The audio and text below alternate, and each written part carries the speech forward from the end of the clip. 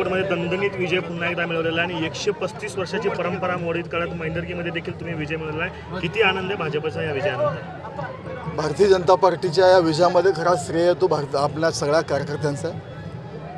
एक मोठं म्हणजे इतिहासातली सगळ्यात मोठी जे विजय आहे ते आज अक्कलकोट नगरपालिकेला आणि मैंदर्गीमध्ये आम्हाला मिळालेलं आहे. मैंदर्गीमध्ये तर कधीही कुठल्याही पक्षाने आजपर्यंत सत्ता मिळवता नाही आलं.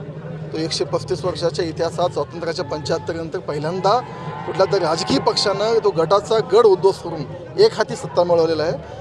मी तमाम जनतेचं, मतदारांचं आणि सगळ्या कार्यकर्त्यांचं खूप खूप आभार व्यक्त करतो आणि मोठ्या मताधिक्याने आम्हाला जो विजय मिळाला त्याबद्दल मी जनतेचाही आभार. दुधनीची कुठेतरी अपेक्षा होती, दुधनीची या सगळ्यांमध्ये दुधनीची खंत आम्हाला राहिलेली आहे.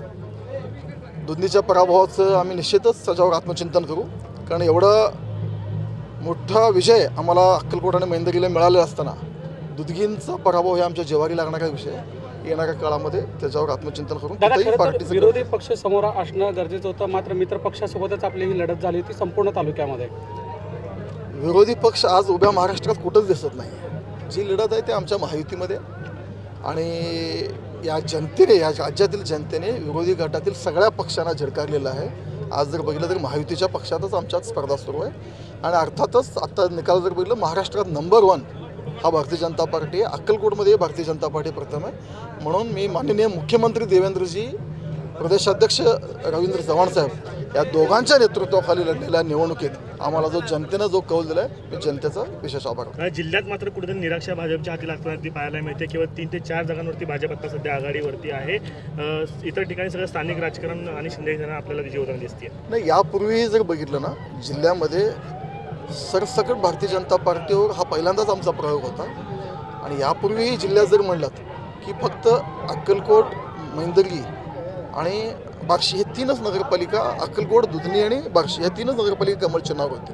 आणि त्या मानानं ही जी निवडणूक आहे आम्ही एक प्रयोग केला होता की सरसकट सगळीकडेच कमळ चिन्ह घ्यायचं आणि त्यामुळं पूर्वीची जी परिस्थिती ती कायम राहिलेली आहे. नगरसेवकांची संख्या वाढलेली आहे पण कुठेतरी नगराध्यक्षांनाच्या बाबतीत अपेक्षित यश मिळालेलं नाही आहे. पण एक पालकमंत्र्यांच्या नेतृत्वाखाली एक चांगला प्रयत्न मी केला होता.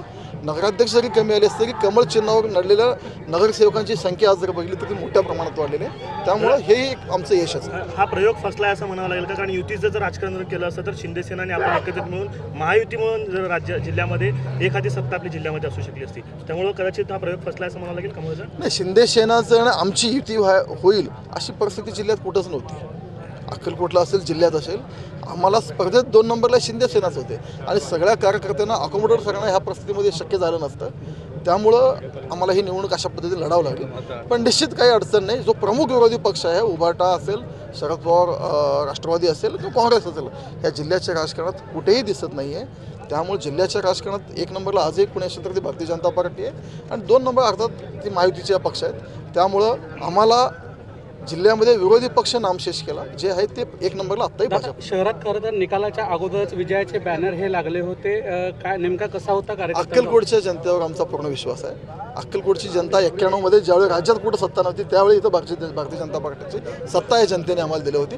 त्यामुळे एक निश्चित खात्री आमच्या कार्यकर्त्यांना होती की इथं आमचा मोठा विजय होणार आहे. त्याच्यामुळे आमच्या कार्यकर्त्यांनी तो उत्साहाच्या भरात बॅनर आणि फटाकेबाजी सकाळी केली. दादा तुम्ही थांबा दादा. बाकीचे कोण कसं आहे म्हणजे